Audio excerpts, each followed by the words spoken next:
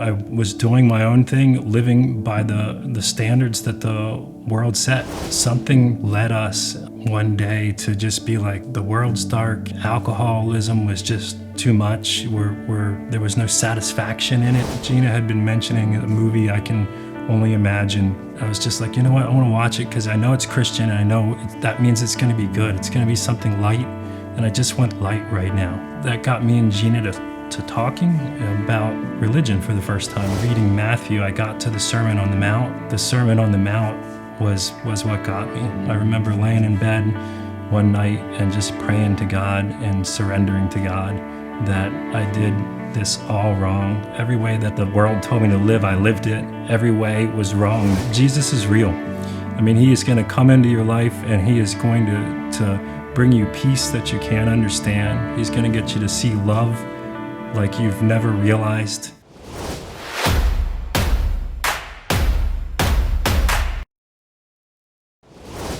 You know, I grew up in Lancaster, Pennsylvania, in Amish country, and my parents were devout. I'd say they're way more devout Christians now than they were in the beginning part of our lives, but we grew up in the church, and my mom was very, very certain. I think my mom was the most devout growing up, so we had to go to church, didn't have a choice. And as a kid, it didn't resound with me. I didn't hear the message. I didn't receive the message. I very much gravitated towards the evolution taught in school, and the science, and getting into philosophy and just exploring other theologies around the world. I had a passion for ancient history, so Egyptian mythology and Roman civilization. Very caught up in that, but not in the Christianity that moved around the Roman occupation. So it was very interesting. I went out into the world and was doing my own thing, living by the standards that the world set. Be successful, work hard, play hard, and I lived that. As a younger kid, I had an addiction with cigarettes, and in the middle part of my life, I changed that addiction from cigarettes, got rid of that, but just transferred it to alcohol. I partied hard, and I worked hard, and I always thought that I was a good person. I thought that I was taking care of my family, and that was what I was supposed to do, and that we were supposed to do fun stuff, and never realized that the way I was living was wrong, and never realized that I was hurting people when I thought I was being a good person. Getting later in my life, I was divorced from my first marriage. I met my new wife, Gina, and we just hit it off. We had a great time. We met right before COVID. And instantly, got married and never discussed religion because it was not our thing. We were partiers, and we met drunk. We built our relationship on that as being functional adult alcoholics, but also business owners. Together, we were so successful, so much more successful together than we were apart in every way that the world said we were to be. So our relationship looked fantastic on the outside. We were a power couple. We had our own business. We were growing that business. We were taking trips across the country, just to travel, just for fun, just because we could. We worked remotely, but all of that was on the outside, on an Instagram page, would look like everything that you would think that you would want. But on the inside, nothing was right. On the inside, it was empty. The life was empty. Our alcoholism got worse as we got more successful. The darkness crept in. We were fighting. We were probably on the way to a divorce. It was dark. It was really, really dark. And in that, something just led us one day to just be like, the world's dark. Alcoholism was just too much. There was no satisfaction in it anymore. Here it was this empty thing that I was trying to use to find some kind of fulfillment that just wasn't there in it. It could never be. We just wanted to watch something good. And Gina had been mentioning a movie I Can Only Imagine for a while, saying, oh, we should watch this movie. And I was just like, you know what, I want to watch it because I know it's Christian, and I know that means it's going to be good. It's going to be something light, and I just want light right now. Whatever it is, I just want light. And we put that on, and it was a story of many of you probably know it, a story of an alcoholic father that was abusive, that gave his life to the Lord and transformed, and he became a man that his son hated and despised to a man that his son looked up to. And just to see that true story transformation, it was just, that kind of really hit me. I was like, that people don't change like that. Not at the end of their life. They don't change. I've been dealing with alcoholism and being in a dark place, and that got me and Gina to talking about religion for the first time, about what we thought and believed.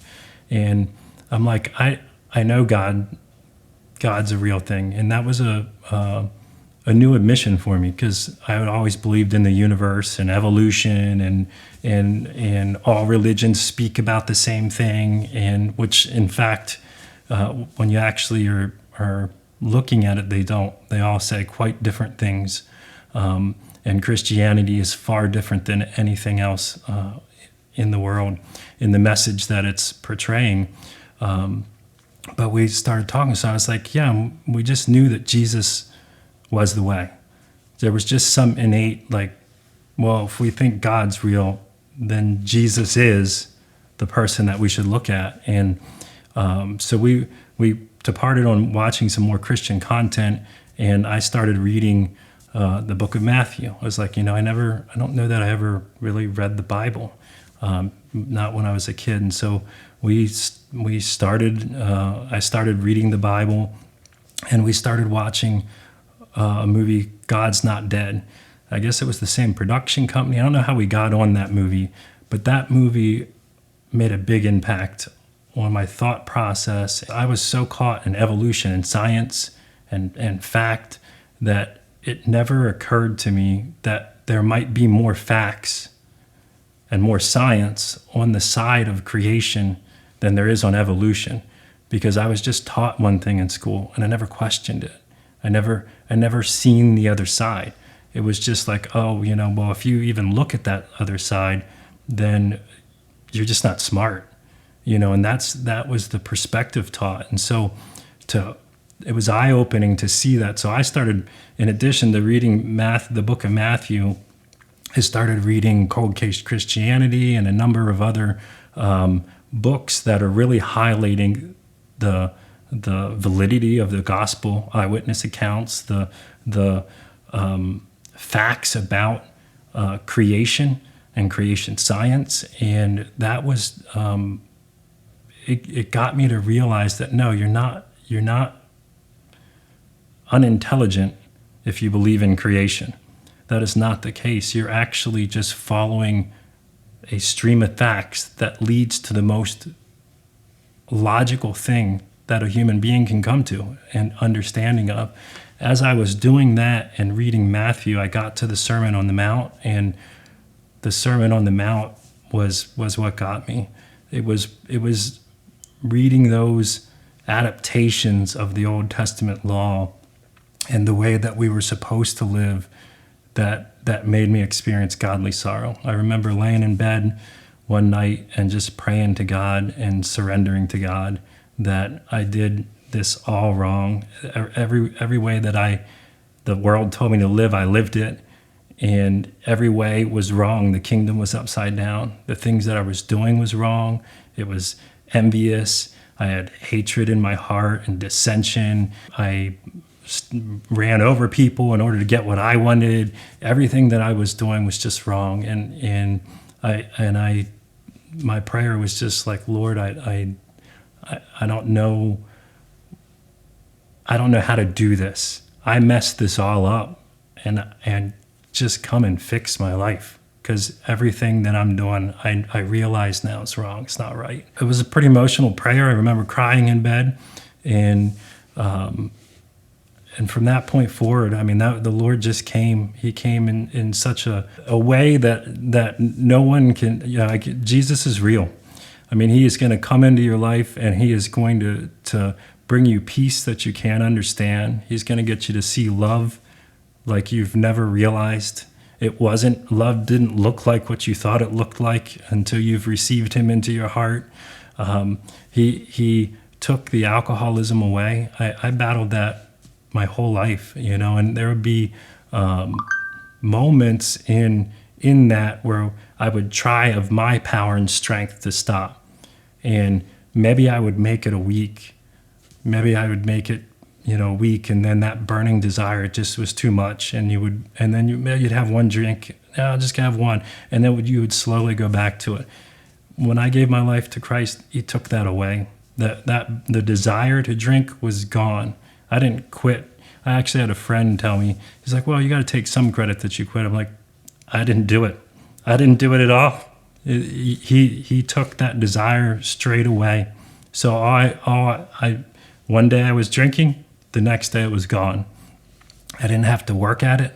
I didn't have to think about, I don't want to drink anymore. And I didn't have to overcome some strong urge. No, because the Lord took it all away. And he just came in such a big way in my life. And all I can tell you is he is real, and he's waiting there. In the scriptures, John tells us a beautiful story about Samaritan woman at the well, and Jesus meets the Samaritan woman at the well, and that well is a representation of our sin. It's what we're going to, and we're trying to draw up some kind of meaning, some kind of value in our life. We're just digging down into that well, and we just keep coming up dry. We drink that water up, and it just runs out. And that's what I did my whole life. I chased alcoholism, I chased money, I chased success, and it just ran out. And my life ran out, and it ran empty. And that whole time, Jesus was standing there right by the well, and he's like, I'll just give you something. I can give you something right now that will fill you. You just got to ask me. And so that's all I did that night. And I didn't even know what I was doing. I just surrendered to him, and he gave me that living water, and it's changed my life ever since. We don't have the same life at all. So we don't really have any of our old friends. Not to say that I have friends that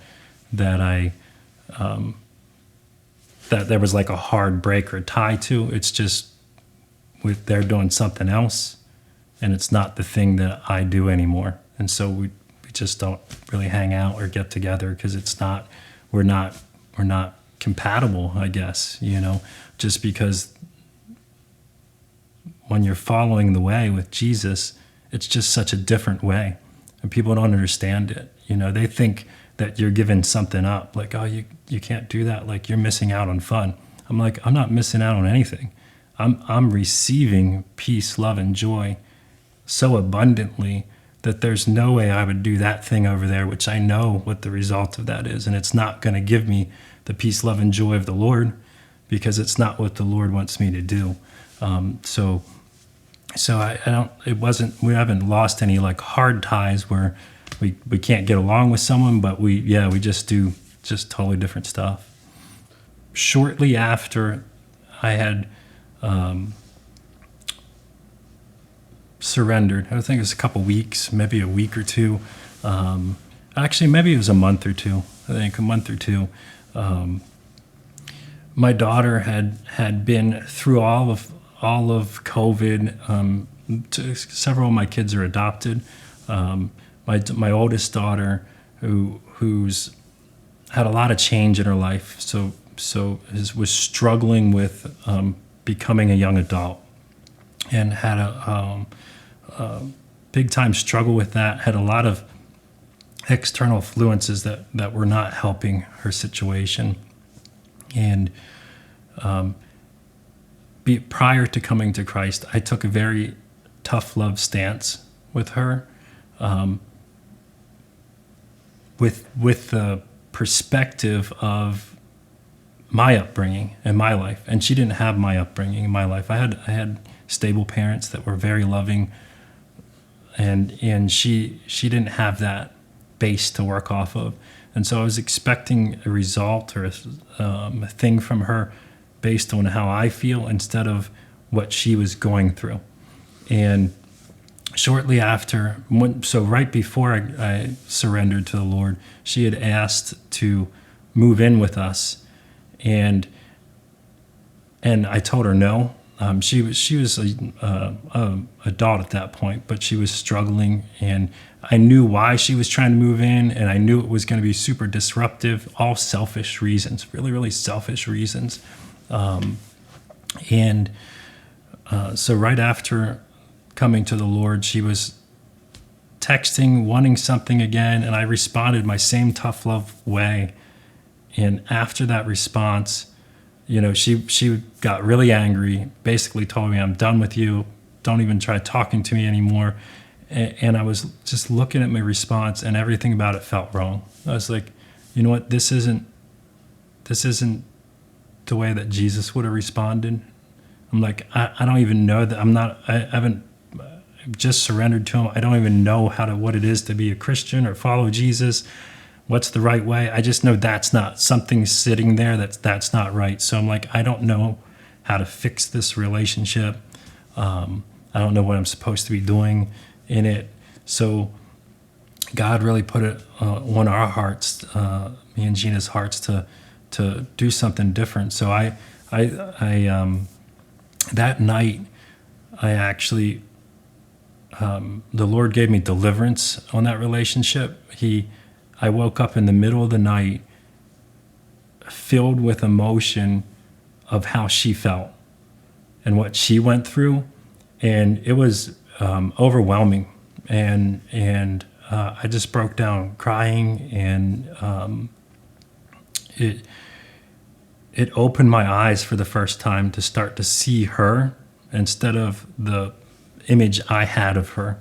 And it brought healing to the relationship. From there, I was like, I just know she's hurting. And so I knew where she lived at the time. And so I was like, you know what, I'm going to just deliver her food. So I asked if it was all right if I delivered groceries. So we went to the grocery store, just gave her some food, did that for a little bit. And then I asked her if she would come out for, just go out for lunch on a Sunday, and she agreed to that. And so we slowly started having a relationship again. And I told her that essentially that I was here. I told you no about moving in the past, but I know that you're in a not good situation, and in the future, if you're not feeling safe or something and you need a place to stay, that my place is open. And it wasn't but like 2 weeks later that she called, and she was upset. She was fighting with her boyfriend, and just wanted out. And so I dropped everything I was doing, drove there with the truck, picked her stuff up, and brought her back. And she lived with us for 6 months, I think. 8 months. Yeah, like 8 months. 8 months, yeah. Lived with us for 8 months, and then is just now living in a condo that we've gotten for the girls. So the Lord repaired that relationship that I was not equipped to do on my own. It was going to be hurtful to her if I didn't change in that relationship. The strongest thing that I can say to that is surrender. Like it was, just a whole heart surrender to the Lord. So he hit me, and he just hit me like a Mack truck. And it was knowing right the whole way down to every depth of my heart that it was so wrong. Like what I was doing was so wrong. Everything that I built my life on was so wrong. All the building blocks that makes me, the person that someone would have called Brad, it was all wrong. It was built on something wrong. And that realization, it just broke the chain. So when I gave my life to him, he filled me with this peace. And I knew just in that instant when that peace came, like I knew if I stepped back to that old world, that all of that peace would be gone.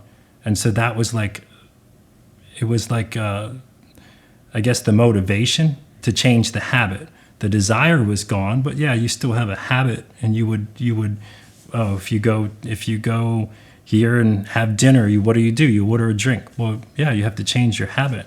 The desire to drink was gone, but that peace that it gave me just, it made it so like, oh yeah, of course I don't want to do that, because I know that this feeling will be gone if I do that. And it was the feeling of peace that he was giving me by following what he is directing. Yeah, just, and being in the Word, continuously being in the Word, and when that peace is leaving, then I know I'm doing it from my own strength and my own power, and so then it's just back to surrendering, pulling back from what I'm doing, and just giving it to him. I've had so many times of sanctification in the last year since coming to the Lord, of those moments. I've had two really distinct moments in the last year in the sanctification process. The first one was over success in our business. So our business was struggling. I was struggling with the feelings of I need to provide for the family, and I don't know how I'm going to do that with this attachment. And the Lord broke me down to the very last, and it was like a turning point. I remember this prayer in the driveway. I'm just talking to him in my head. I'm like, and I had been crying at the office already earlier that day over the fact that I just want to provide for the family. Like, how do I do this? And part of it was because we were being directed to make some changes in the business, maybe some business practices that weren't, which all businesses do, but is not fully honest, was not fully up to par. And so the Lord was making us change these things. And that's when the business was struggling. So that was what was really hard for me to follow. And I remember in the driveway, and I'm sitting there like having this like really open conversation with him, like how can you make me do this, essentially? How can I step into this path and now my business is going to fail? And he told me, he was like, put the thoughts in my head of this is your moment right here. This moment is a moment where you can decide to follow me, or you can go back to your old life.